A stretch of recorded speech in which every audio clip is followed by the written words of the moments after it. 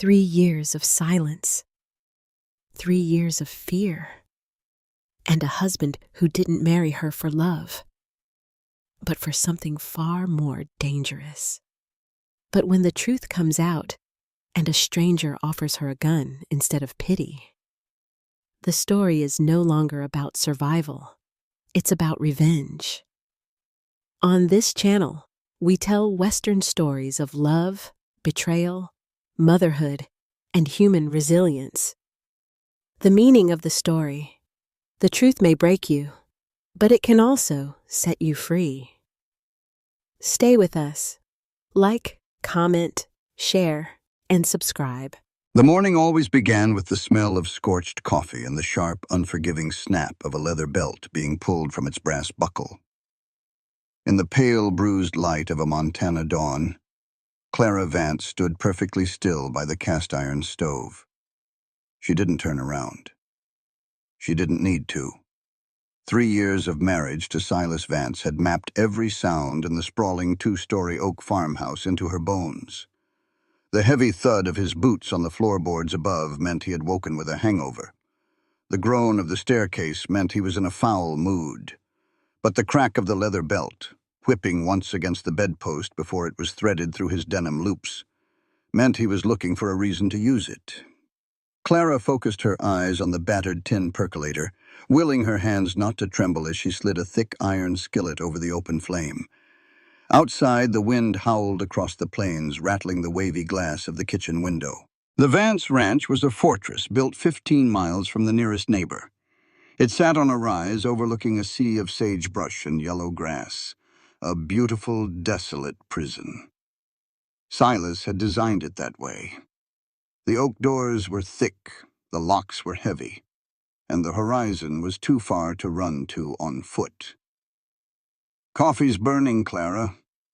His voice preceded him into the kitchen, a low, gravelly drawl that carried the scent of stale whiskey and chewing tobacco.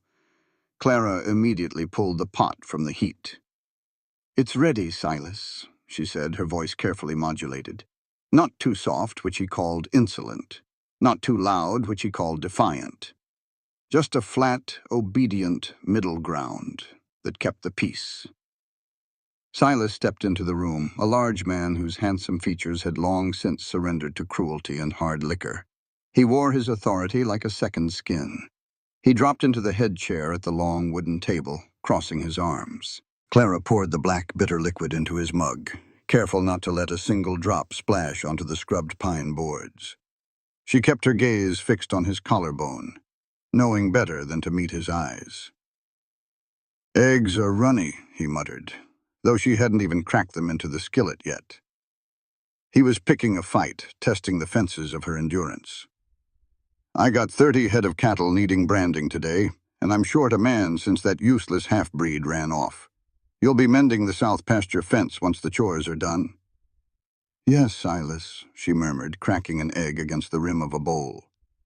The shell splintered perfectly. She was 22, but her hands looked a decade older.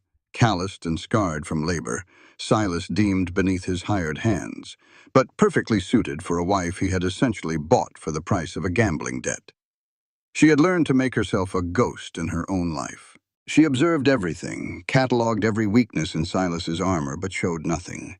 She was hoarding her strength, drop by drop, waiting for a crack in the oak cage. A low whinny carried over the wind. Silas stopped halfway through a sip of coffee. He set the mug down and stood, his hand instinctively dropping to the heavy Colt revolver strapped to his hip. Clara turned her head toward the window. Through the distortion of the old glass, a lone rider emerged from the morning mist. He wasn't moving with the hurried desperation of a lawman or the swagger of a rustler. He rode with a loose-limbed, exhausted grace, slouched slightly in the saddle of a dapple-gray gelding that looked as road-weary as its master. The man wore a long, dust-caked canvas duster and a Stetson pulled low, obscuring his face. "Stay here," Silas barked, adjusting his belt as he strode out the heavy front door, stepping onto the porch to project his dominance over the property line. Clara didn't stay. She wiped her hands on her flour-dusted apron and moved silently to the kitchen window, pressing her shoulder against the frame, hiding in the shadows of the gingham curtains. She watched as the rider pulled back on the reins, the gray horse coming to a weary halt a dozen yards from the porch. Silas stood with his chest puffed out, thumbs hooked into his gun belt. "You're a long way from a road, stranger," Silas called out, his voice booming across the dusty yard. The rider slowly lifted his head, pushing the brim of his hat up with a gloved thumb. The morning light caught his face, and Clara felt a strange, sudden hitch in her chest. It was a hard face, carved by harsh weather and violent years. A jagged silver scar slashed across his left cheekbone, cutting perilously close to the corner of his eye. He hadn't shaved in days, and his jaw was shadowed with dark stubble. But it was his eyes that struck her. Even from a distance, she could tell they were pale, piercing, and entirely unafraid of the man puffing his chest on the porch. "Name's Elias Thorne," the man said. His voice wasn't loud, but it carried a quiet resonance that cut cleanly through the howling Montana wind. "Heard in town you were short a hand for the spring branding. I know cattle, I know horses, and I don't mind hard work." Silas spat a stream of brown tobacco juice into the dirt, sizing the drifter up. He liked men who looked desperate. Desperate men worked cheap and didn't ask questions. But there was something unbending in Elias Thorne's posture that made Silas hesitate. "I pay $1 a day and board in the bunkhouse," Silas said finally. "No drinking on my time. You take an order the first time I give it, or you can ride that sway-backed nag straight back to hell. Understood?" "Understood," Elias replied quietly. "Put your animal in the barn and get to the lower corral. We start in 10 minutes. Silas turned on his heel, dismissing the man, and walked back toward the house. Elias didn't immediately move toward the barn. Instead, he remained perfectly still in the saddle. Slowly, deliberately, his head turned toward the farmhouse. Clara froze. She was deep in the shadows of the kitchen. There was no way he could see her through the glare of the morning sun on the glass. Yet his gaze locked directly onto the window where she stood. For one breathless, suspended second, the world outside the oak walls ceased to exist. Elias Thorne's eyes, the color of a winter storm, stared straight into hers. It wasn't the leering look of a drifter, nor the dismissive glance of a hired hand. It was a look of profound, unsettling recognition. He saw the bruises she hid beneath her high collar. He saw the exhaustion in her bones. He saw her. Then, with a subtle, almost imperceptible tip of his hat, Elias turned his horse toward the barn. Clara stepped back from the window, her heart hammering wildly against her ribs, sounding like a trapped bird beating its wings against a cage. She pressed a trembling hand to her throat, her breath coming short and shallow. The front door slammed open, and Silas marched back into the kitchen, bringing the smell of dust and violence with him. "Serve the breakfast, Clara," he snapped, completely oblivious to the shift in the air. "And see to it there's enough stew for the midday meal. The new boy looks like he hasn't eaten in a week." "Yes, Silas," she said softly. She turned back to the stove, picking up the iron skillet. Her hands were still shaking, but for the first time in 3 long, agonizing years, it wasn't from fear. By noon, the Montana sun was a punishing, white-hot anvil pressing down on the roof of the ranch house. The kitchen felt like the inside of a furnace. Clara's hair stuck to the nape of her neck in damp tendrils as she stirred a massive cast-iron pot of beef and potato stew. The heat radiated through her thin cotton dress, but she didn't dare unbutton the high collar. The yellowing bruises blooming along her collarbone were nobody's business but her own, a shameful secret she was forced to wear like jewelry. The heavy wooden door groaned open. Boot steps echoed on the floorboards, 2 sets, one heavy and possessive, the other quiet, measured, like a mountain cat stalking through dry brush. "Sit there," Silas barked. Clara kept her back to the room, ladling thick, steaming stew into 3 tin bowls. She could feel the shift in the room's atmosphere. Usually Silas ate alone with her, filling the silence with complaints and veiled threats. Having a third person in the kitchen changed the dynamic. Silas Vance was a man who required an audience to truly enjoy his cruelty. She turned around, carrying 2 bowls. Silas had taken his usual spot at the head of the long oak table. Elias Thorne sat halfway down the side, his dusty canvas duster hanging on a peg by the door. Without the heavy coat, his shoulders were broad and heavily muscled beneath a faded chambray shirt. He had washed his face and hands at the pump outside. The water had darkened the edges of his collar and made the jagged scar near his eye stand out stark white against his sun-darkened skin. Clara set the bowl down in front of Silas first, as was the rule. Then she moved to Elias. As she leaned in to set the tin bowl on the scarred wood, the scent of him reached her. Pine needles, leather, and lye soap, completely masking the smell of the cattle pens. For a fraction of a second, his hand moved, brushing the edge of the table near hers. He didn't touch her, but the proximity sent a jolt of electricity up her arm. "Much obliged, ma'am," Elias said. His voice was a low rumble, surprisingly gentle for a man who looked like he had survived a war. "Don't bother talking to her, Thorne. She ain't here to make conversation," Silas sneered around a mouthful of bread. "Pour the coffee, Clara. And don't spill it this time. I ain't paying you to be clumsy." He didn't pay her at all, but Clara bit the inside of her cheek to taste copper and keep her mouth shut. She fetched the heavy enamel pot from the stove and moved to Silas's side. The pot was scorching hot, the rag she used to hold the handle worn dangerously thin. As she poured the steaming black coffee into his mug, Silas suddenly shifted his elbow, knocking hard against her hip. Clara stumbled. A few drops of scalding coffee splashed onto the wooden table, narrowly missing Silas's hand. In a flash of motion faster than a striking rattlesnake, Silas's hand shot out. His thick fingers clamped around Clara's wrist, twisting it hard enough to make the bones grind. Clara gasped, the heavy coffee pot clattering onto the table, spilling a dark pool across the grain. "I told you not to spill it, you stupid bitch," Silas hissed, his face flushing dark red. He didn't let go of her wrist.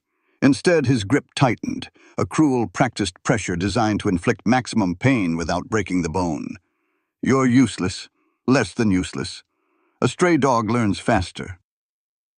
Clara squeezed her eyes shut, turning her face away, waiting for the inevitable backhand that would follow. She went entirely limp, a survival tactic she had perfected. Fighting back only made it last longer. But the blow never came. Instead, a sound cut through the suffocating tension of the kitchen. It was the deliberate metallic scrape of a tin fork being set down on a wooden table. It was a quiet sound, but in that moment it was as deafening as a gunshot. Silas's head snapped toward the other end of the table. Clara opened her eyes, her breath catching in her throat. Elias Thorne was no longer looking at his food. He was sitting perfectly upright, his hands resting flat on either side of his bowl. His pale gray eyes were fixed on Silas's hand where it gripped Clara's wrist. The stillness radiating from the cowboy was no longer weary. It was terrifyingly lethal. The air in the kitchen seemed to drop 10 degrees. "Is there a problem, Thorne?" Silas demanded, his voice dropping to a dangerous territorial growl. He didn't release Clara. Elias slowly raised his eyes from Silas's hand to Silas's face. "No problem," Elias said softly. "Just waiting for you to let the lady go so she can clean up the mess." Silas let out a harsh, incredulous laugh. "The lady? This is my wife, Drifter, my property. I'll correct her however I damn well please in my own house." Elias didn't blink. He didn't raise his voice. He simply shifted his gaze from Silas, completely dismissing the rancher as if he were nothing more than a barking dog, and looked directly into Clara's wide, terrified brown eyes. He saw the bruises. He saw the trembling. He saw the iron cage she was locked inside. "You deserve more," Elias said. 3 words, spoken with a quiet, unshakable, absolute certainty that shattered the reality Clara had lived in for 3 years. It wasn't a question. It wasn't pity. It was a statement of fact, handed to her like a loaded weapon. The silence that followed was absolute, heavy with the weight of an approaching storm. Silas's face contorted into a mask of pure, unadulterated rage. The veins in his neck bulged against his collar. He threw Clara's wrist away as if she had burned him, his chair scraping violently backward as he stood up, his hand dropping to the butt of his Colt. "Get out!" Silas roared, spit flying from his lips. "Get the hell off my property, you arrogant son of a bitch! You're fired, and you ain't seeing a dime for the morning's work." Elias didn't flinch at the shouting. He didn't look at the gun resting on Silas's hip. He stood up with the same deliberate, fluid grace he had shown in the saddle. He picked up his dusty canvas duster from the peg. "I reckon I am," Elias said mildly. He pulled the coat on, adjusting the collar. He looked at Silas one last time, a gaze devoid of fear but brimming with a dark, silent promise. Then his eyes flicked to Clara, lingering for just a fraction of a second longer than was polite.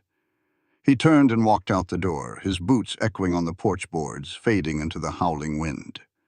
Silas kicked his chair, sending it crashing to the floor. "Clean this up," he screamed at Clara, pointing at the spilled coffee. "Clean it up, and if I see you looking out that window, I'll take the belt to your hide until you bleed." He stormed out the back door toward the barn, needing something to hit, something to break, to reassert his broken authority. Clara stood frozen in the center of the kitchen. Her wrist throbbed with a dull, sickening ache, but she barely felt it. Her mind was racing, spinning around those three impossible words. "You deserve more." She moved numbly toward the counter to grab a rag. Next to the basin lay the small, wooden-handled apple paring knife she had used earlier to peel potatoes. The blade was short, stained with acidic juices, and razor-sharp. She looked at the door Elias had just walked through. Then she looked at the back door where her husband had vanished. Clara Vance did not pick up the rag to clean the coffee. Instead, her scarred, calloused fingers closed around the wooden handle of the paring knife. She didn't wash it. She didn't put it back in the drawer. With a swift, practiced motion, she slipped the blade deep into the hidden, reinforced pocket sewn into the folds of her heavy calico skirt. The cold steel pressed reassuringly against her thigh. The cage was still locked, but for the first time in her life, Clara realized she held a key.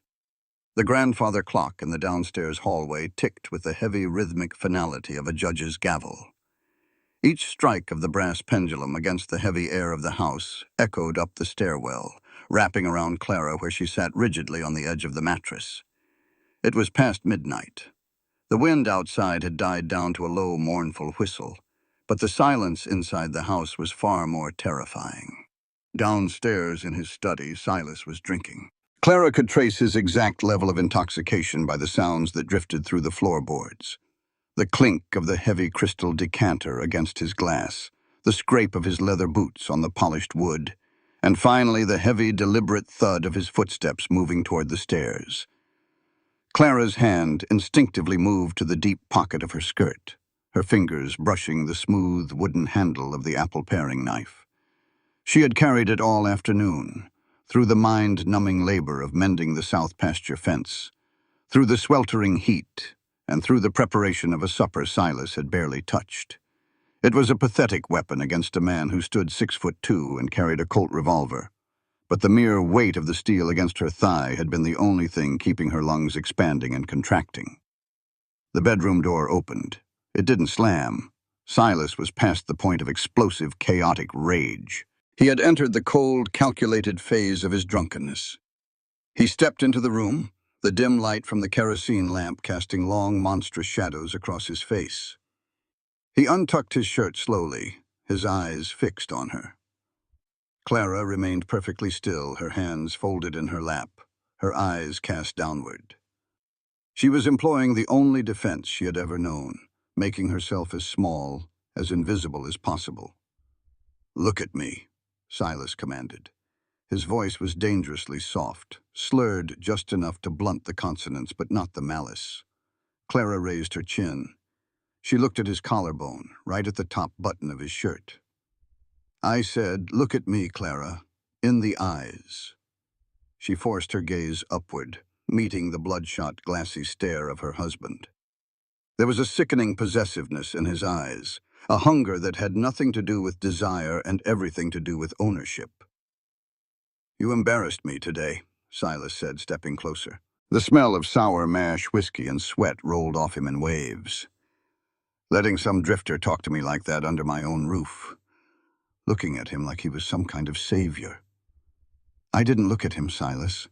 I only poured the coffee," Clara said, keeping her voice entirely devoid of inflection.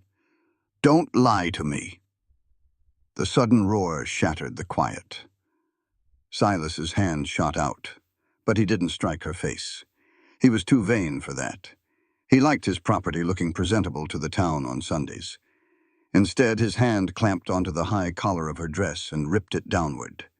The buttons popped, scattering across the wooden floor like dry hail. Clara gasped, pulling back instinctively, but his other hand had already unspooled the heavy leather belt from his waist.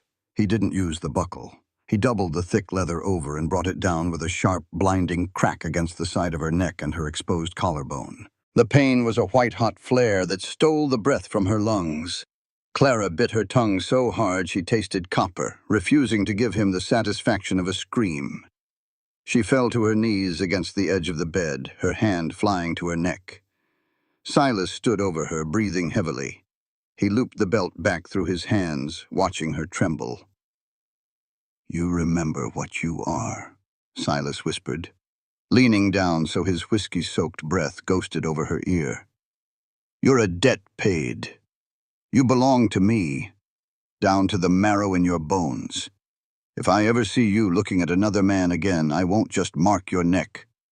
I'll take his eyes, and then I'll blind you. Do you understand me?"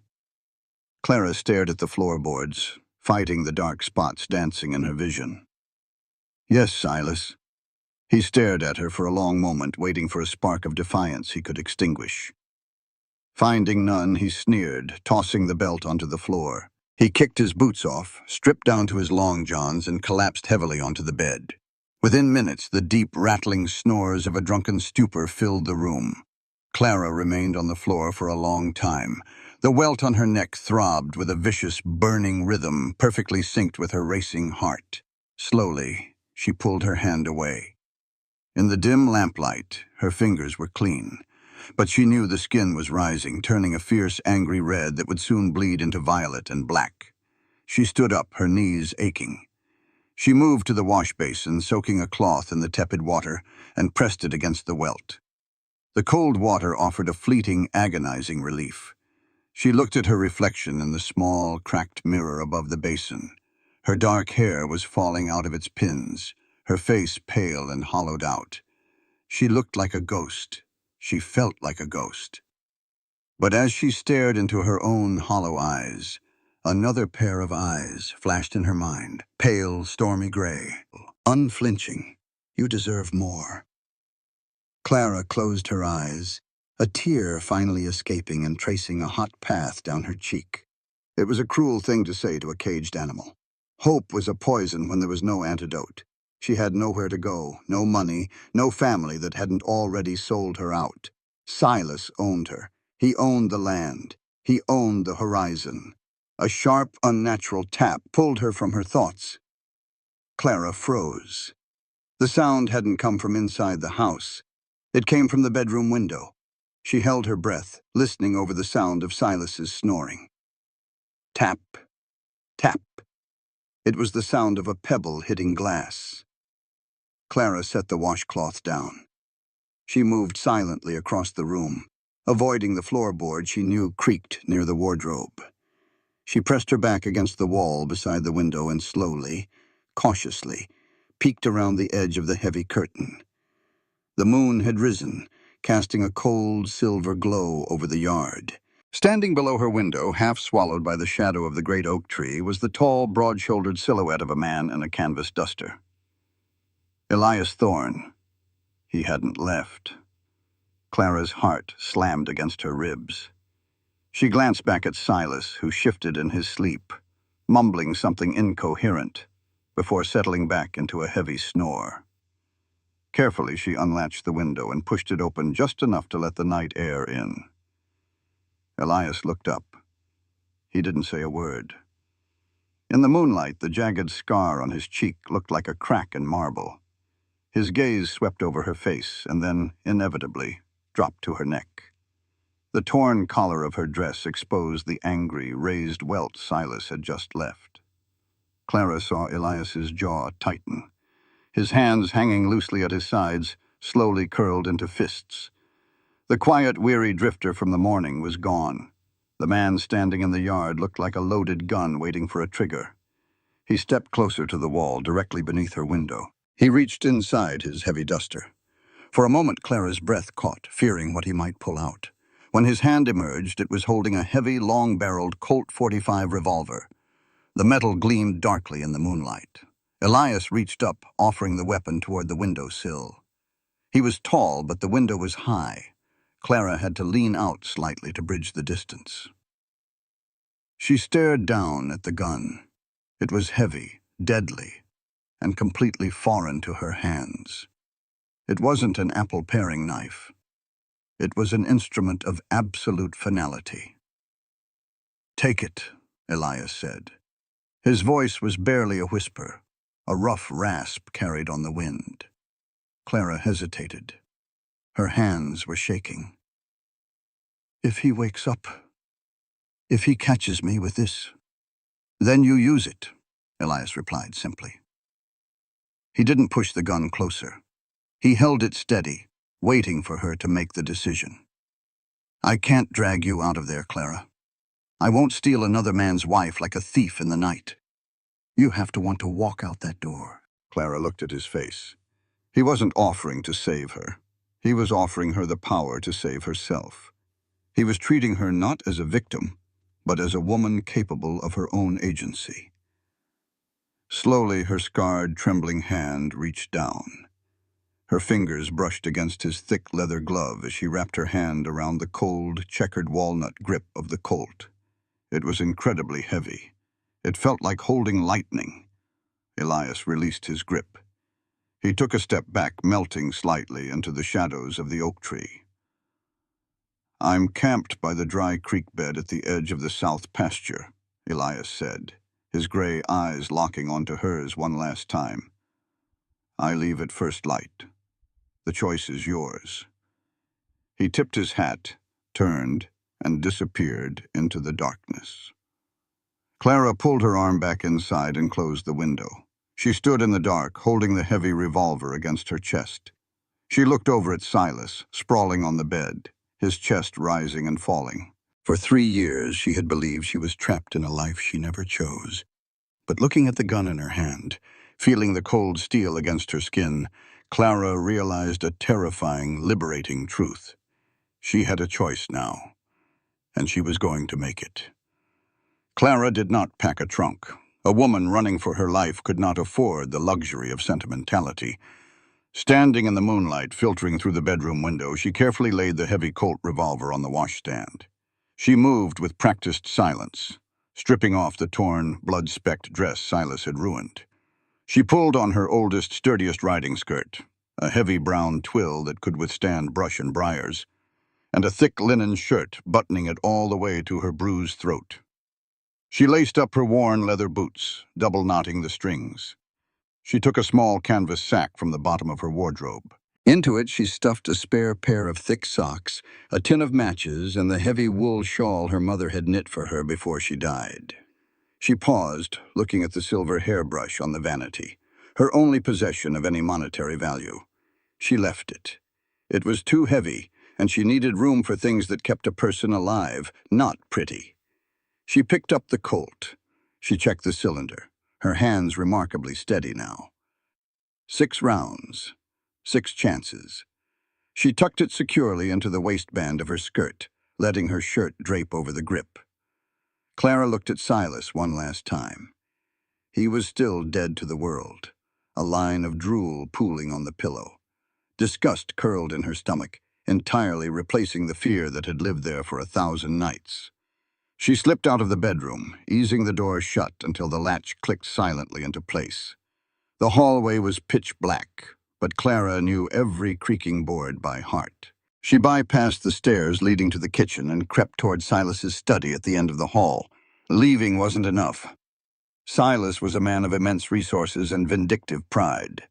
He would hunt her down, not because he loved her, but because someone had stolen his property. To survive, she needed to cripple him. The study smelled of stale cigar smoke and gun oil. Clara didn't light a lamp. She dropped to her knees behind his heavy oak desk, running her fingers along the edge of the large Persian rug. She rolled it back, exposing the wide pine floorboards.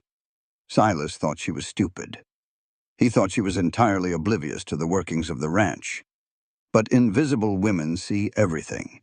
She counted 3 boards from the desk leg, found the slight indentation of a knothole, and pressed her thumb hard against it while pulling upward.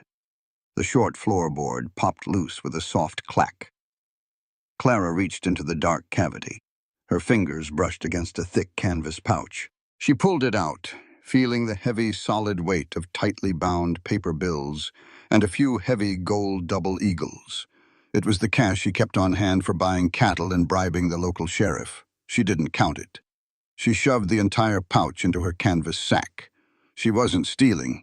She was taking her back wages for 3 years of blood, sweat, and terror. Clara replaced the floorboard, rolled the rug back, and stood up. She walked down the back stairs and slipped out the kitchen door, stepping into the biting cold of the Montana night. The walk to the barn felt like crossing a minefield. Every rustle of the wind in the dry grass sounded like footsteps.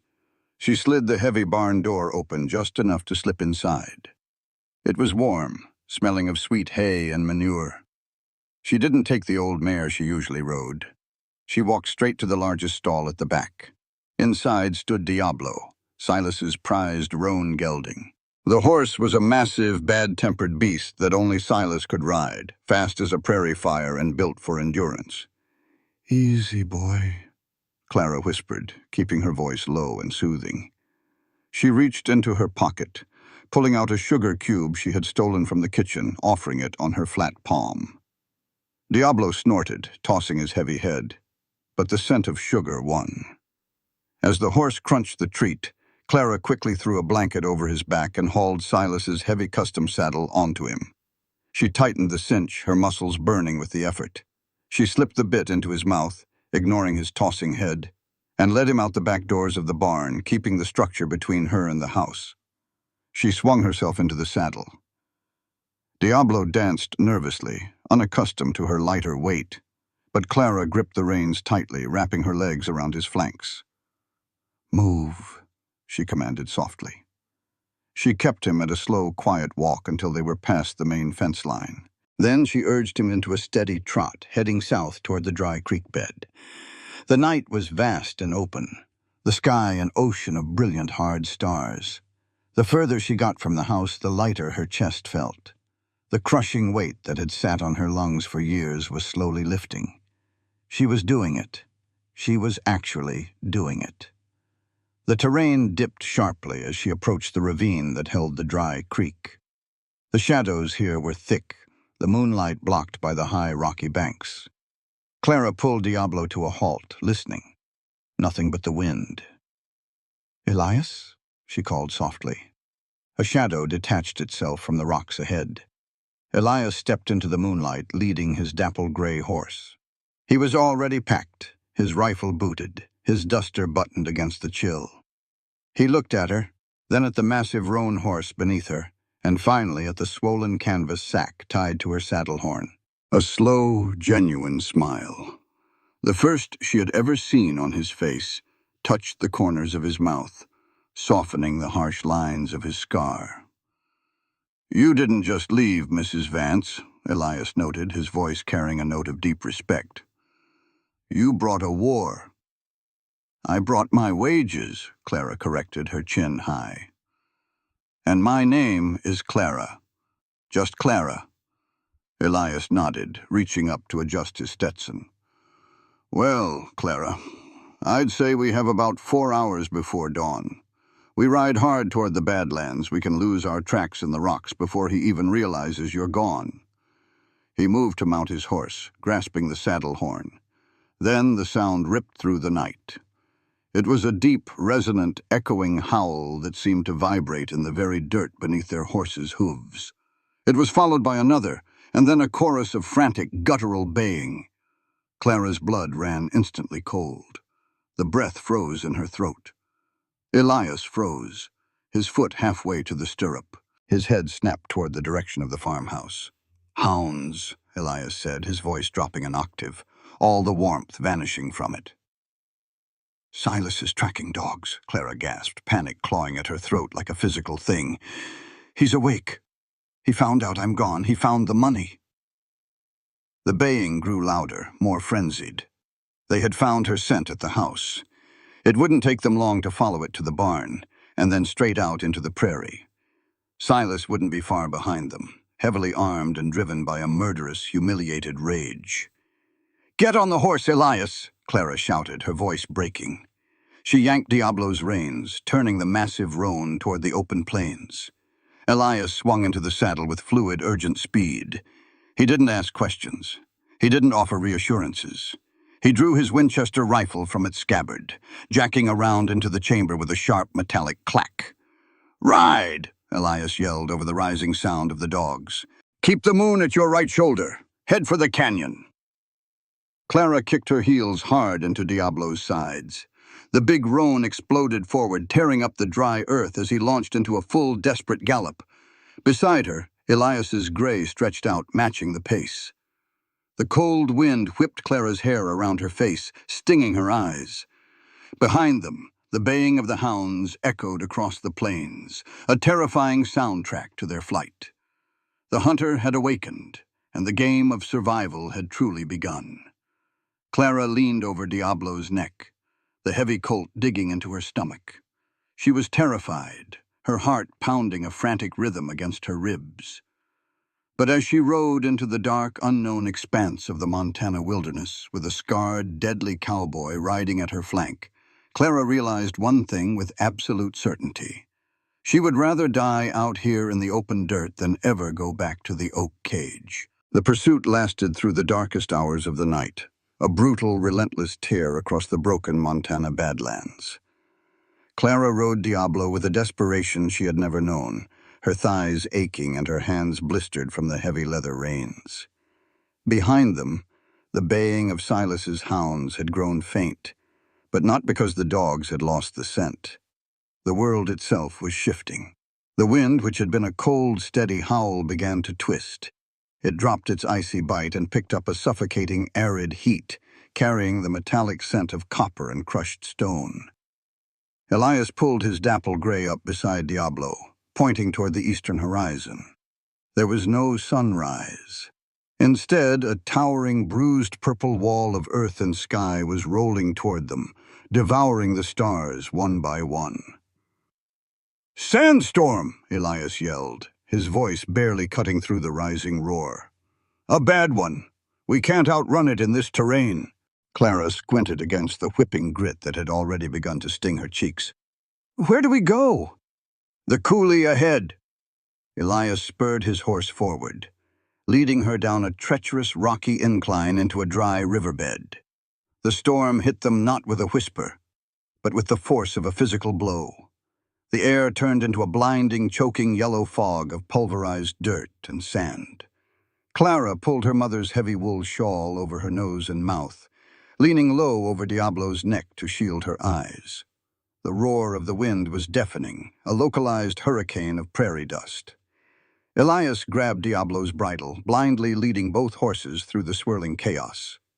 He felt along the sheer rock face of the coulee wall until his gloved hand found an opening, a shallow, wind-carved overhang that cut deep enough into the limestone to offer sanctuary. He shoved the horses inside first. They whinnied in panic, their coats coated in pale dust. Clara slid from the saddle, her legs instantly buckling from sheer exhaustion. Elias caught her before she hit the stone floor, his strong arm wrapping securely around her waist. "I've got you," he rasped, guiding her to the back of the shallow cave where the wind couldn't reach them. They collapsed against the cool limestone wall side by side, chests heaving, coughing the dry grit from their lungs.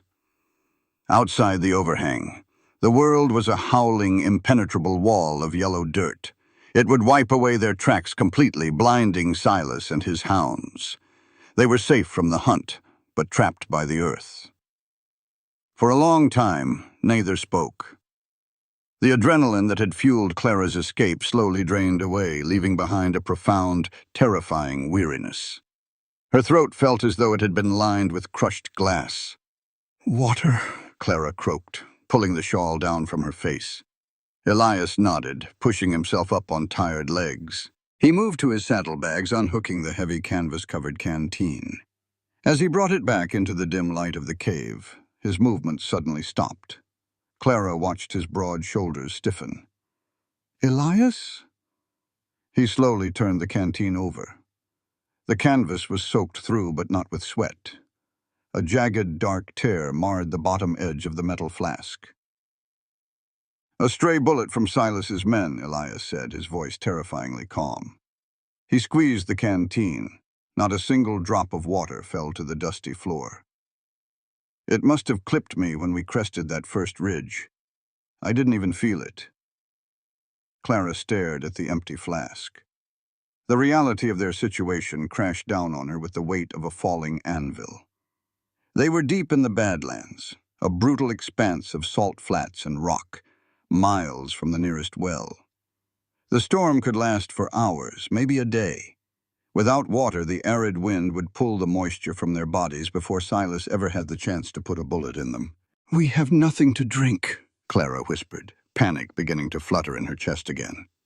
Elias tossed the useless canteen aside and sat back down beside her. He didn't offer false hope. He didn't coddle her. "We wait out the storm. When it breaks, we ride north to a way station I know. It's a hard half-day ride. We'll make it." He sounded so certain, so unshakable, that Clara forced herself to nod. As the hours dragged on, the temperature inside the cave began to plummet. The brief hot wind of the storm's front edge gave way to the biting cold of a sunless Montana morning. Clara shivered violently, wrapping her arms around her knees. Her thin linen shirt and the wool shawl were no match for the creeping chill of the stone. Elias noticed her teeth chattering. Without a word, he unbuttoned his heavy canvas duster and shifted closer. "Come here," he ordered softly. Clara hesitated. For 3 years, a man's touch had meant pain, possession, or punishment. The instinct to flinch was wired into her muscles. But Elias didn't grab her.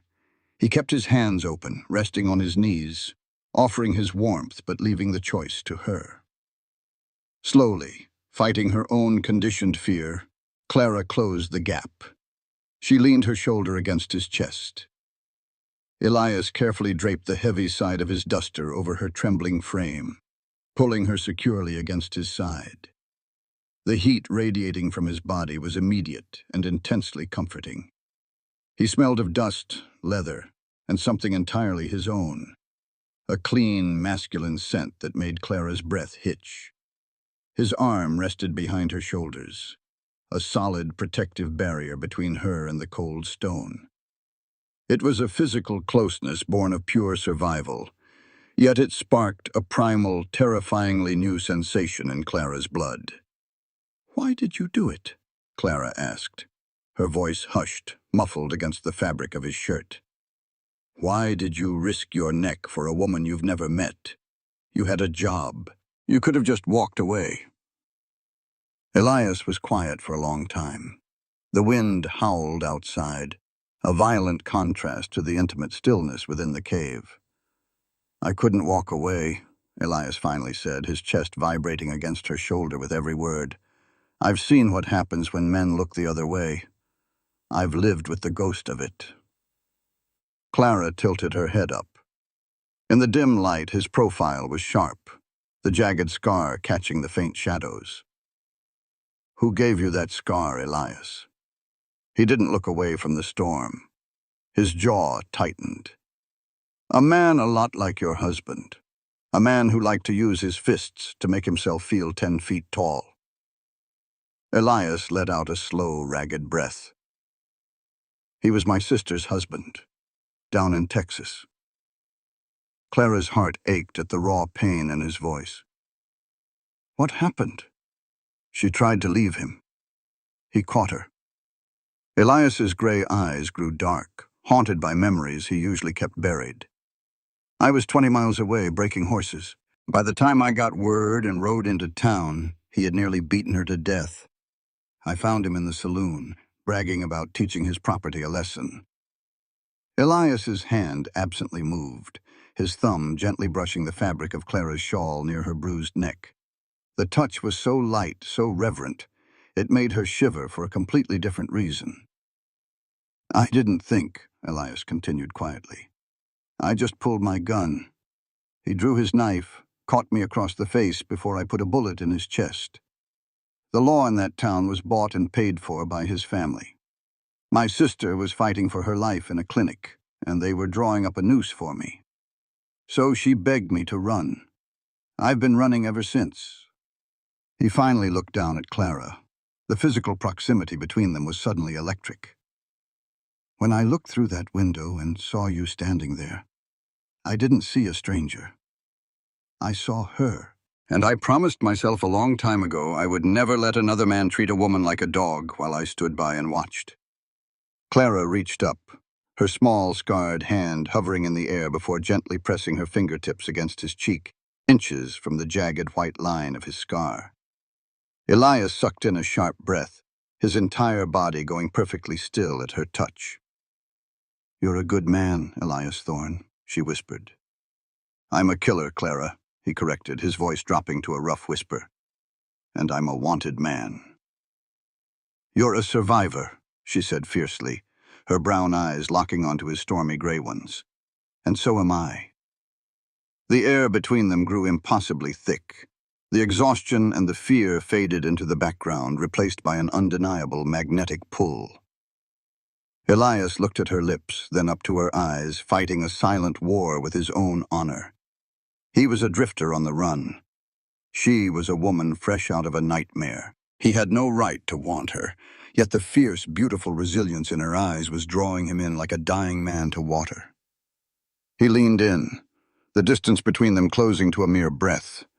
Clara didn't pull away. She tilted her chin up, her heart pounding a frantic, hopeful rhythm. Before their lips could meet, the wind outside let out a dying, hollow shriek. The howling suddenly dropped in pitch, the blinding yellow curtain of dust beginning to thin. The storm was breaking.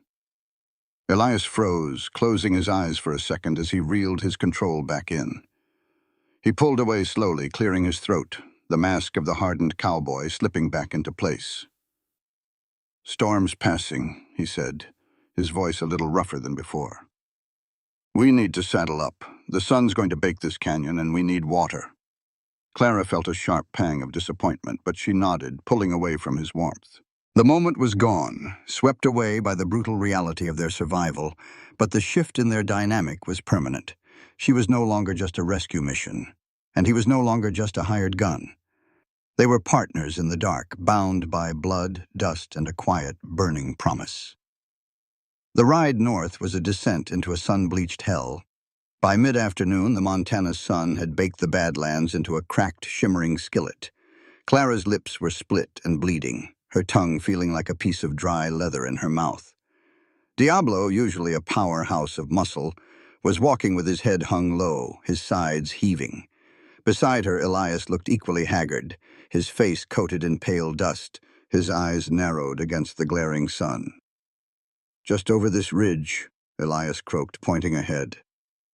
They crested the rocky hill, and Clara let out a breathless, dry sob. Tucked into a narrow valley beneath a grove of resilient cottonwood trees stood a sprawling log structure surrounded by sturdy corrals. A windmill turned lazily in the breeze, drawing water from a deep underground spring.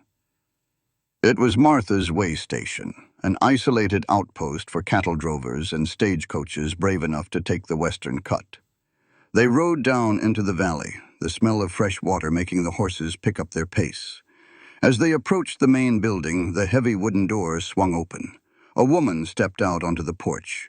She was in her late 50s, built like a brick hearth, wearing a faded denim skirt and a man's flannel shirt. Her gray hair was pulled back into a severe bun, and her weathered face was as unreadable as carved granite. Resting comfortably in the crook of her arm was a double-barreled shotgun, casually aimed in their general direction. "That's far enough," the woman called out, her voice like grinding stones. "We ain't open for business today, and you two look like trouble looking for a place to happen." Elias halted his horse, keeping his hands clearly visible on the saddle horn. "Martha, it's Elias Thorne. I need water for the horses and my companion. We have money to pay." Martha narrowed her sharp blue eyes, studying the cowboy. She lowered the shotgun an inch, but didn't break it open. "Thorne, heard you were drifting south. Who's the girl? She looks like death warmed over." "She needs water, Martha," Elias insisted, a dangerous edge creeping into his dry voice. Martha's gaze shifted to Clara. Clara sat slumped in the saddle, clutching the saddle horn to keep from falling. The dust coated her clothes, but the heavy wool shawl draped over her shoulders retained its distinct pattern, a deep crimson woven with intricate black geometric diamonds. Martha stepped off the porch, the shotgun suddenly forgotten at her side. She walked straight toward Diablo, ignoring Elias completely. She reached out, her calloused fingers trembling slightly as they brushed the fabric of the shawl. "Where did you get this?" Martha demanded, her voice suddenly tight. "My mother," Clara rasped, her voice barely a whisper. "She knit it for me before she passed. Her name was Sarah Hayes."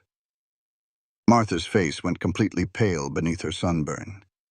She stared at Clara's dirt-streaked face, tracing the shape of her eyes, the line of her jaw. "Lord Almighty," Martha breathed. "You have her eyes. Sarah's girl." Elias frowned, looking between the two women. "You know her?" "Sarah Hayes saved my life 20 years ago when I had the winter fever in Bozeman," Martha said, her tough exterior cracking. "I owe that woman a debt I could never repay." She quickly turned, shouting toward the stables. "Boy, get out here and take these horses. Water them slow." Martha reached up, grabbing Clara by the waist and helping her slide down from the massive roan. "Come inside, child. Let's get some water in you." Inside the way station, it was cool and dark. Martha sat them at a heavy wooden table and brought a pitcher of cold well water and a plate of cold roasted beef. Clara drank the water in slow, measured sips, feeling it hit her empty stomach like a blessing. Elias drank deeply, splashing the rest over his dusty face and through his dark hair. "So," Martha said, pulling up a chair opposite them, her sharp eyes darting between Elias and Clara. "Sarah's girl is riding a stolen horse. I know Silas Vance's roan when I see it, and she's running with a drifter. What kind of mess are you in, Clara?" Clara set her glass down. She didn't hide the truth. She pulled her collar slightly to the side, revealing the dark, ugly bruises mottling her neck. "I left my husband, Martha. I took my back wages and I left. Elias helped me. Silas is hunting us." Martha's face hardened, her jaw setting into a rigid line. She looked at Elias with a newfound measure of respect. "Silas Vance is a ruthless bastard, but he's also a rich, well-connected bastard. Running from him ain't like running from the law. It's worse." Before Elias could answer, the door to the kitchen swung open. A young stable boy, no older than 14, rushed in, holding a crumpled piece of telegraph paper. "Miss Martha," the boy panted. "The stagecoach driver from Helena just came through the lower pass. He was dropping these off at every station along the route." Martha snatched the paper from the boy's hand. As she read it, the blood drained from her face once again. She slowly placed the paper on the oak table and slid it toward Elias and Clara. It was a freshly printed wanted poster. At the top, in bold black letters, it read, "Wanted, dead or alive. $1,000 reward." Below the text was a remarkably accurate sketch of Elias Thorne, emphasizing the scar on his cheek. But it was the text beneath the picture that made Clara's stomach violently pitch. Elias Thorne. Elias, wanted for the brutal kidnapping of Mrs. Clara Vance and the armed robbery of the Vance Ranch payroll. This man is heavily armed, extremely dangerous, and holding a helpless woman hostage, Reward paid by Silas Vance, Esquire. $1,000, Elias whispered, staring at the paper. He flipped the board, Clara said, her voice shaking with a mixture of rage and terror. He knows he can't track us alone after the storm. So he made you a monster and me a victim. Now every gun in the territory will be looking for you, Elias. To save me. To claim the money. Silas was brilliant, and he was deeply, profoundly evil. He hadn't just put a price on Elias's head. He had stripped Clara of her agency all over again. In the eyes of the law, she wasn't a woman fighting for her freedom. She was a kidnapped prize to be returned to her rightful owner. You can't stay here, Martha said, her voice tight with panic. $1,000 is enough money to make honest men do wicked things. The bounty hunters will be swarming this territory like locusts by nightfall. We just need an hour to rest the horses, Elias said, standing up, his hand dropping instinctively to the colt at his hip. Then we'll ride for the Wyoming border. The warrants won't hold as much weight across the state line. You might not have an hour, Martha said grimly, looking toward the window. Clara followed her gaze. The blood roared in her ears. Riding down the ridge, following the exact path they had just taken, were 4 men. They didn't look like lawmen. They wore heavy dusters, carrying repeating rifles across their saddles, their faces obscured by bandanas pulled up against the dust. They rode with the predatory, focused intent of wolves who had just caught the scent of blood. Bounty hunters. They tracked your approach before the wind totally died, Elias said, his voice dropping into that terrifyingly calm, lethal register. He looked at Martha. Get the boy in the cellar. Keep your head down. He turned to Clara. The tenderness from the cave was gone, replaced by the hardened survivor. Get to the back room, Clara. Keep that colt I gave you drawn. If anyone comes through that door who isn't me, you shoot. You understand? Clara stood up. Her hands were shaking, but she reached under her shirt and drew the heavy revolver. She looked at Elias, her heart breaking at the realization that he was about to risk his life against 4 armed men, all because she had asked him for help. Elias, she breathed. Go, he commanded softly. He unbuttoned his duster, sweeping it back behind the grips of his twin revolvers. As the heavy footfalls of boots hit the front porch of the way station, Elias Thorne stepped out of the kitchen and into the main room, preparing to walk through hell. The heavy oak door of the way station didn't just open. It was kicked inward with enough force to shatter the iron latch. The wood splintered, echoing like a cannon shot in the tense silence of the main room. From the shadowy confines of the back storeroom, Clara peered through a narrow crack in the door hinges.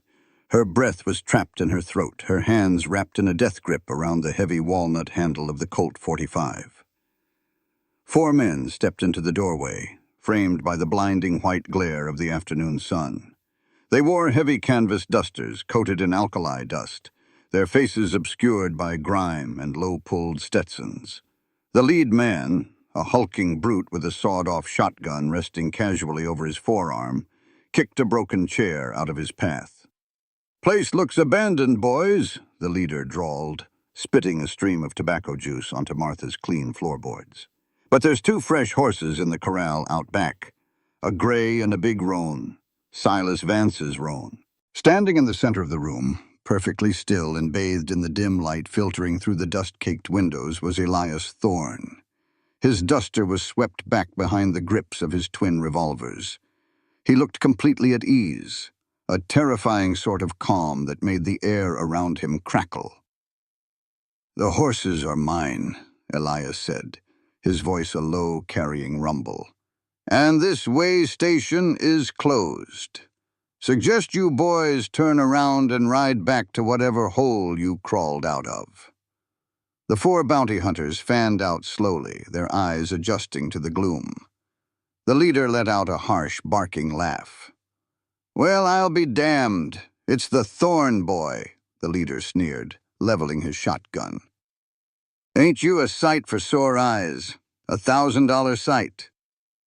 Where's the Vance woman? Vance wants her back alive, but the poster says you can be brought in breathing or bleeding. I prefer the latter. Less talking. She's not here, Elias lied smoothly, his eyes tracking all four men. We parted ways at the border. You want the bounty, you'll have to earn it. With pleasure, the man to the leader's right growled, his hand diving for the pistol at his hip. He never cleared the leather. Elias moved with a blinding, explosive speed that defied human reflexes. In a fraction of a second, his right-hand revolver was drawn, leveled, and firing. The deafening crack of the gunshot shook the dust from the ceiling rafters. The man who had reached for his gun was thrown backward through the open doorway, a dark bloom erupting on his chest. Chaos ignited. The room filled with the deafening roar of gunfire and the choking, acrid stench of cordite. Elias dove behind the heavy, overturned oak table as a volley of bullets tore through the air, shredding the wood where he had stood a second before. He fired blindly over the barricade, the muzzle flashes illuminating the dim room like lightning. Clara pressed her hands over her ears, her heart hammering violently against her ribs. Wood splinters flew through the air and glass shattered as stray bullets found the windows. "Flank him!" the leader roared over the gunfire, pumping his shotgun. "Billy, take the back!" From the cellar door beneath the stairs, Martha suddenly emerged, her face contorted in fury. "Not in my house, you bastards!" she screamed, raising her double-barreled shotgun. She fired, the blast catching one of the bounty hunters in the leg, sending him screaming to the floor. But Martha's intervention drew the leader's attention. He pivoted, aiming his sawed-off shotgun directly at the older woman. "Martha, get down!" Elias roared. He broke from his cover, throwing himself into the open to draw the fire. He fired 2 rapid shots, taking down the wounded man on the floor, but the leader pulled his trigger.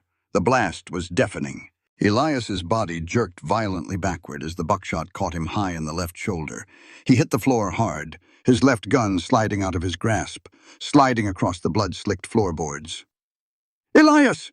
Clara screamed, the sound tearing from her throat before she could stop it. The leader racked his shotgun again, grinning a bloody, triumphant smile as he took a step toward Elias, who was struggling to rise, his right hand desperately trying to level his remaining gun. "He's going to die!" Clara's mind screamed. "He's going to die because of me!" The paralyzing fear that had governed Clara's life for 3 years shattered like thin ice. The ghost of the battered wife vanished, leaving behind a woman backed into a corner, watching the only man who had ever treated her with respect bleed out on the floor. Clara kicked the storeroom door open.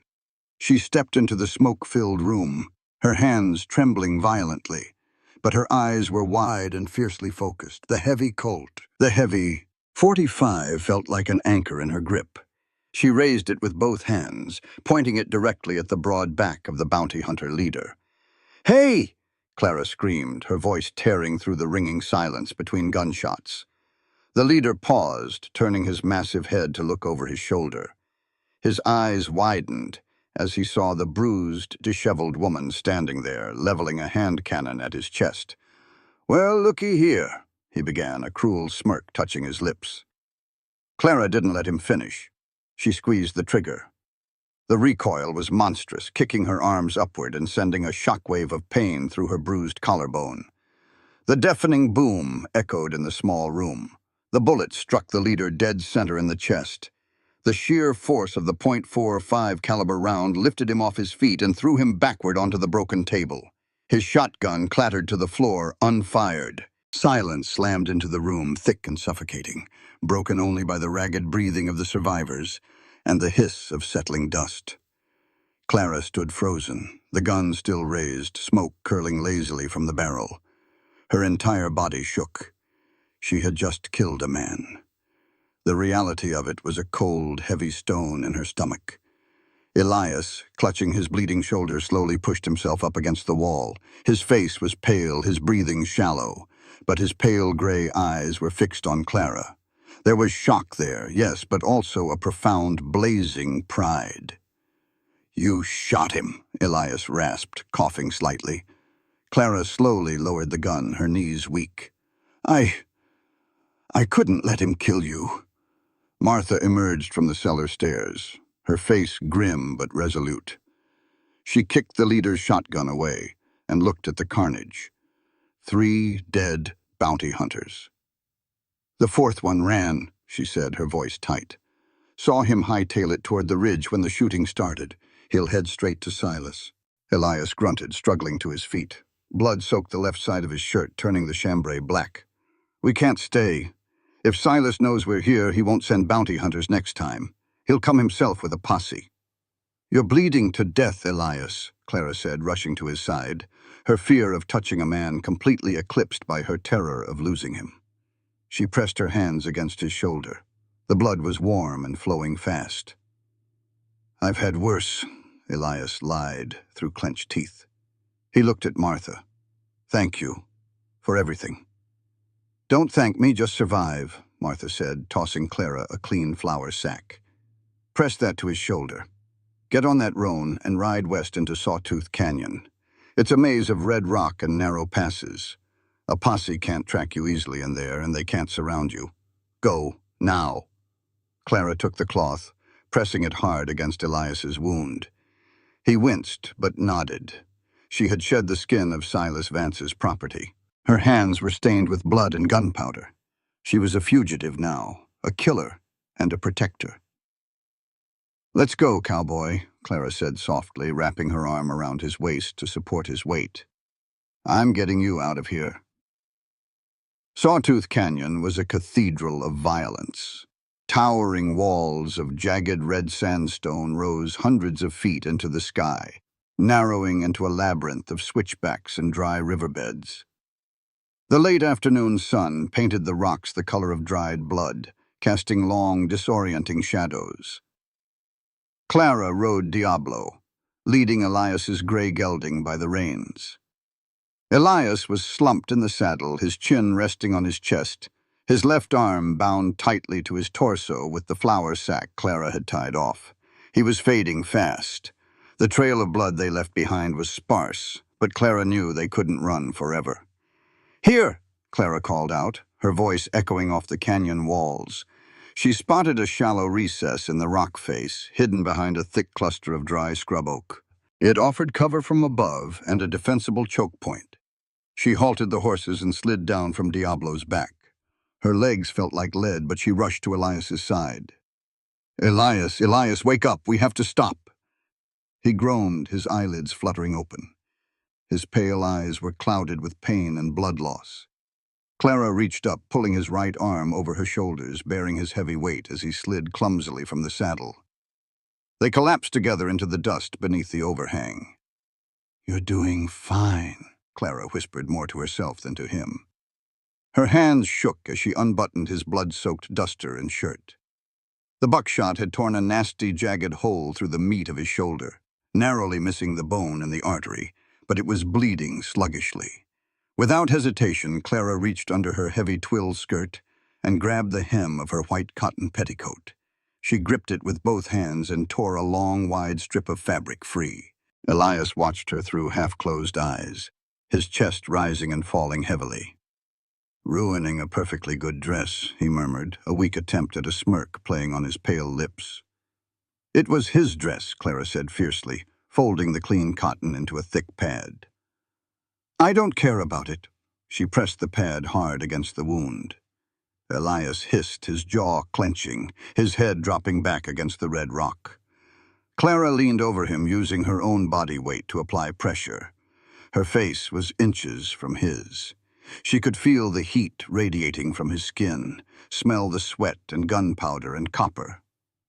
Why did you do it, Clara? Elias asked, his voice barely a whisper.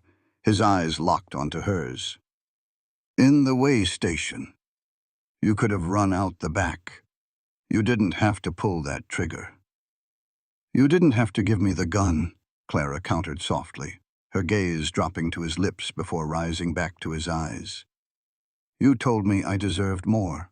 For 3 years, I believed my life was worth exactly what Silas paid for it. Nothing. You were the first person to tell me I was a human being. I wasn't going to let you die for that. Elias lifted his right hand, his rough, calloused fingers brushing a stray lock of dark hair behind her ear.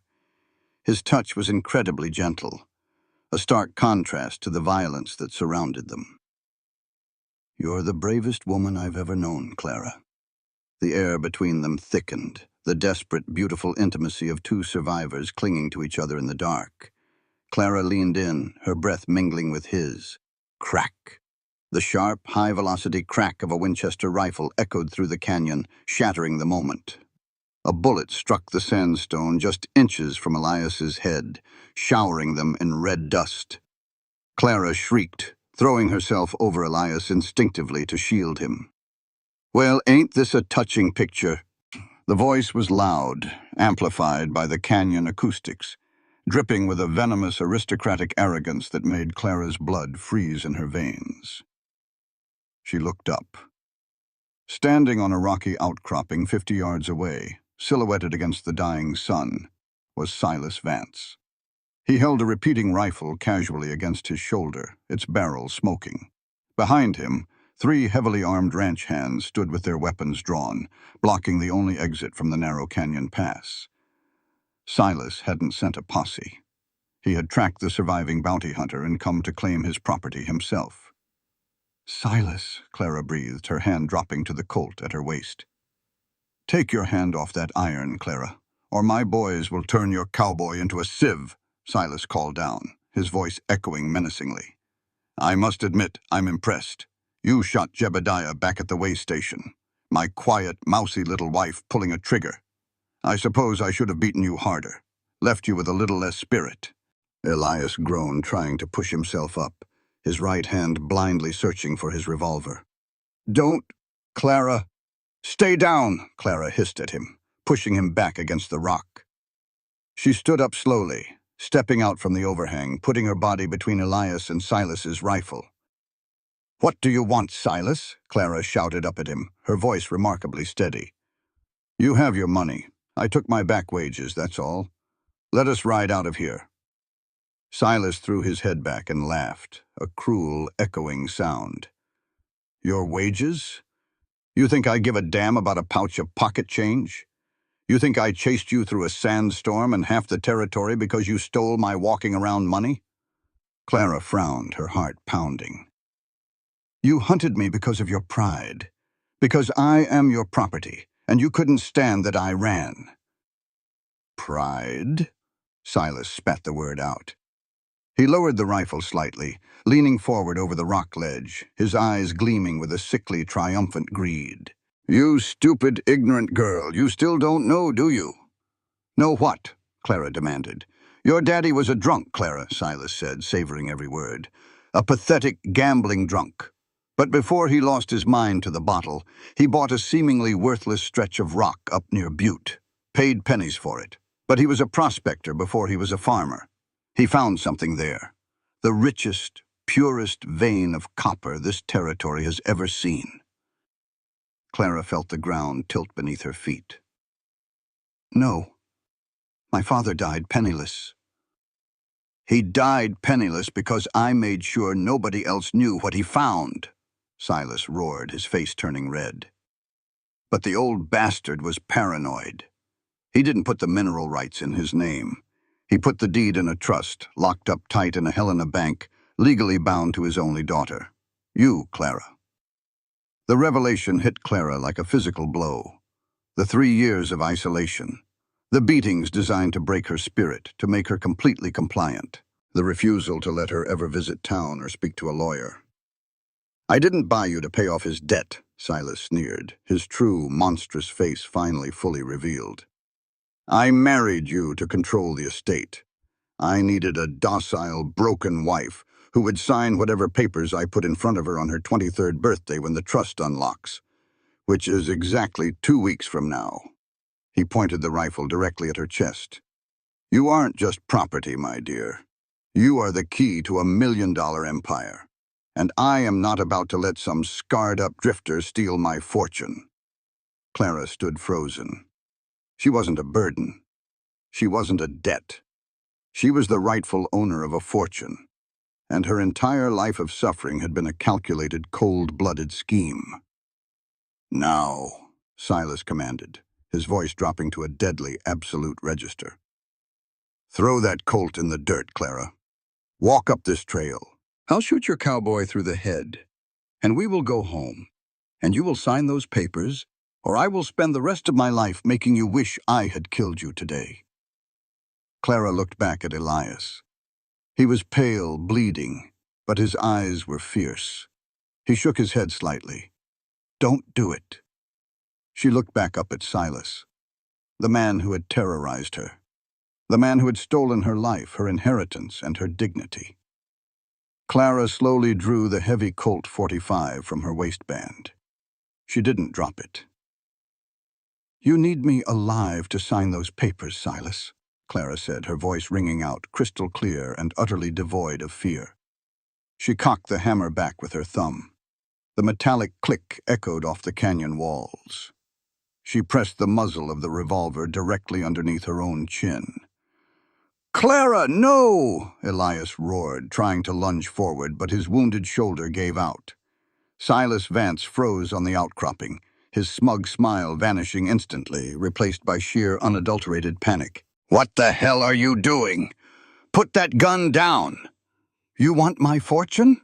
Clara screamed, her eyes blazing with the fiery, unstoppable wrath of a woman who had finally realized her own worth. "Take another step, Silas, and you lose it all.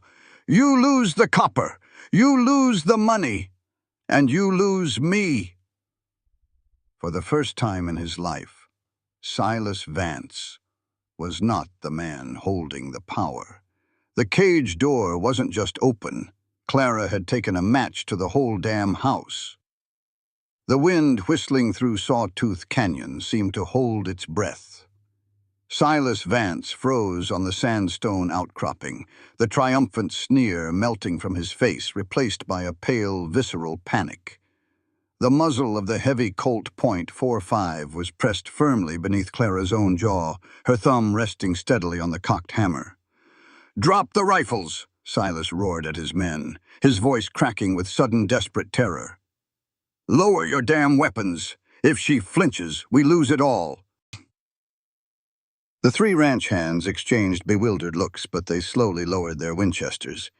They didn't understand the stakes, but they understood the manic, murderous panic in their boss's eyes.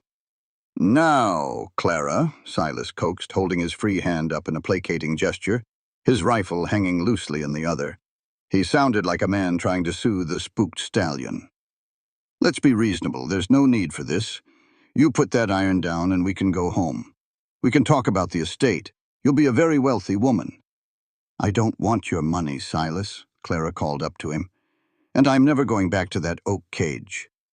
But I'll make you a deal." Silas's eyes darted between the gun under her chin and the wounded drifter bleeding in the dust. "Name it." "Let Elias ride out of this canyon," Clara demanded. "You and your men stay exactly where you are until he's out of sight. When he's safe, I will uncock this gun. I will walk up that trail and I will sign whatever papers you want me to sign." Elias groaned from the dirt behind her, his right hand gripping her ankle. "Clara, no. You can't trust him. He'll kill us both." Clara didn't look down. She kept her eyes locked on Silas. "Do we have a deal, Silas? Or do I pull this trigger and turn your copper empire into dust?" Silas gritted his teeth, the veins in his temple throbbing. He looked at Elias, then back at the gun. He needed her signature. He needed her alive for just 14 more days. After that, she could rot. "Fine," Silas spat. "The drifter goes. Come on up, Clara." Clara took a slow, deep breath. She didn't trust Silas for a fraction of a second, but she needed to close the distance. She needed him to believe he had won. With agonizing slowness, she used her thumb to ease the hammer of the Colt back into its resting position. She lowered the heavy gun from her chin and dropped it deliberately into the red dust, right next to Elias's outstretched hand. She turned and began to walk up the narrow, winding goat trail toward the outcropping. "Clara," Elias breathed, his fingers scrambling in the dirt until they wrapped around the checkered walnut grip of the discarded Colt. He fought through the haze of blood loss, forcing his vision to clear. He saw her posture. He saw the cold, calculated calm in her stride. She wasn't surrendering. She was walking into the fire. As Clara reached the top of the outcropping, The wind whipped her dark hair around her face. She stood 10 feet from Silas. Silas's face contorted into a mask of pure, ugly malice. The second she was unarmed and within his reach, the facade of negotiation vanished. "Kill the cowboy," Silas ordered his men without taking his eyes off Clara. At the same moment, Silas lunged forward, reaching out with his massive, calloused hand to grab Clara by the throat, eager to reassert the physical dominance he had wielded for 3 years. He expected her to cower. He expected her to freeze.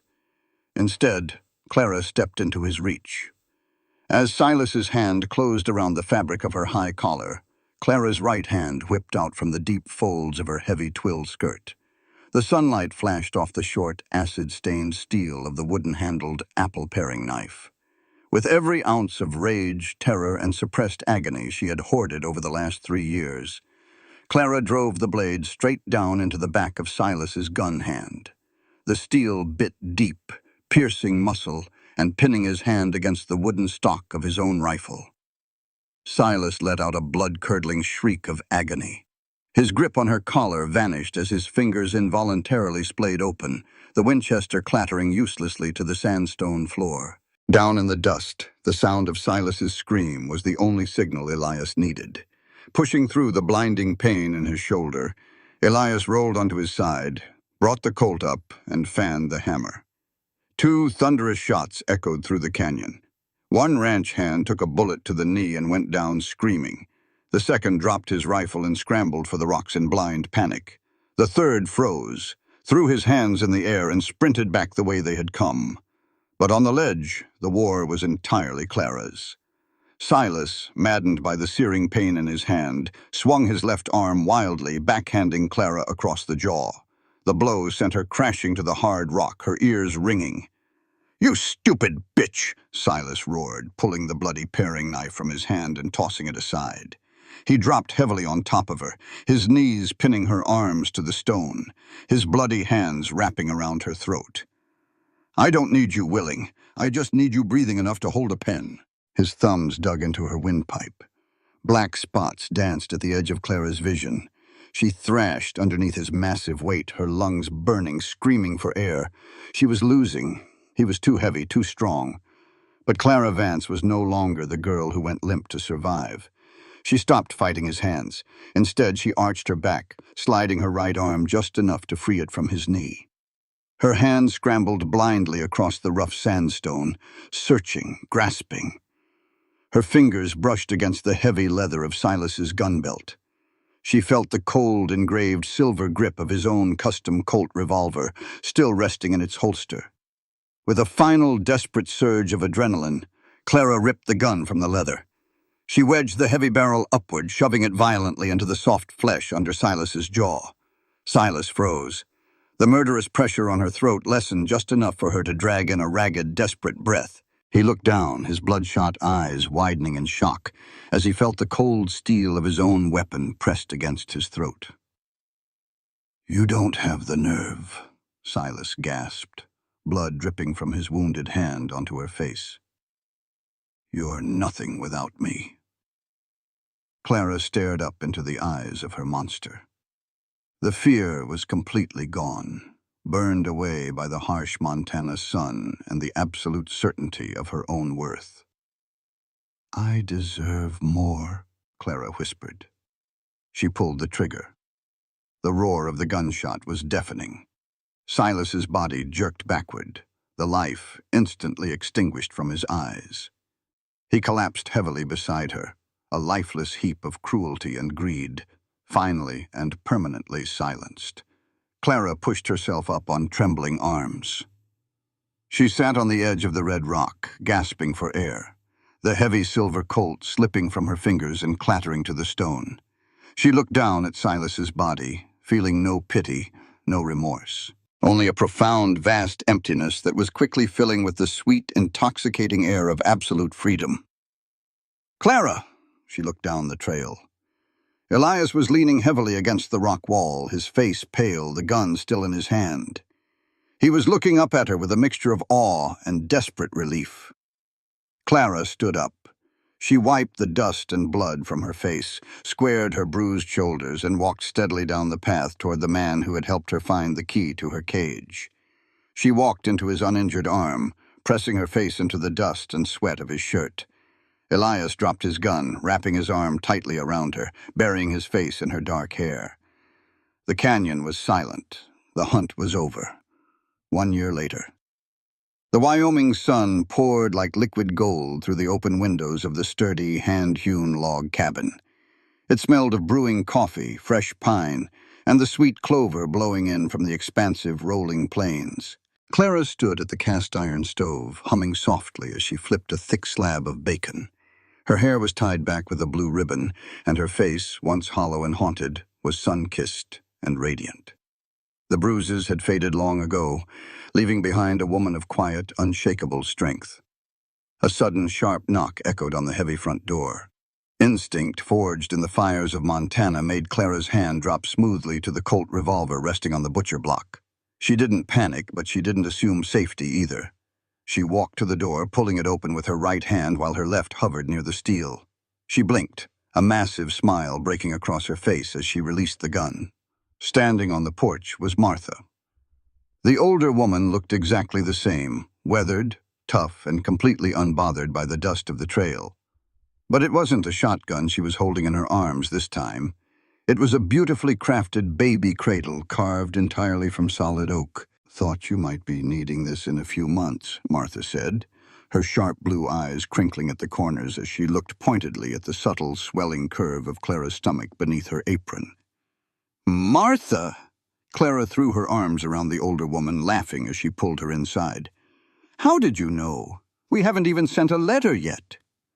"Word travels fast when you're the richest woman in 3 territories," Martha chuckled, setting the cradle gently by the stone fireplace.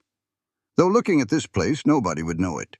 You claimed the Copper Trust, took Silas's entire empire, and you spend your money building a working cattle ranch in the middle of nowhere. The copper money is in the bank, funding the way station and the women's shelter in Bozeman," Clara said, pouring Martha a cup of coffee. She ran her hand affectionately along the edge of the oak cradle. It was a beautiful irony. Oak had once been the wood of her cage. Now it would hold her future. "This ranch, this is what's real. This is what we built." "Speaking of the drifter," Martha said, taking a sip of the coffee. "Where is Elias?" "Out back," Clara smiled, her eyes softening. "Branding day." Clara stepped out onto the back porch, wiping her hands on her apron. The Wyoming sky was a boundless, impossible blue, stretching out over 2,000 acres of prime grazing land that belonged to her, legally and fiercely. Down in the wooden corrals, the air was thick with the smell of dust and singed hair. Elias was working the branding iron, pulling it glowing red from the forge. His left shoulder was fully healed, though it bore a thick scar to match the one on his cheek. He moved with a relaxed, powerful grace, surrounded by 4 hired hands who respected him not out of fear, but out of genuine loyalty. He pressed the iron to the flank of a young calf, holding it steady for 3 seconds before pulling it away. He handed the iron to a ranch hand and turned, wiping the sweat from his brow with the back of his leather glove. He saw Clara standing on the porch, and that rare, genuine smile instantly broke across his scarred face. He patted the dust from his jeans and walked up the slight hill toward her. "Martha's inside," Clara said as he approached. She brought a cradle.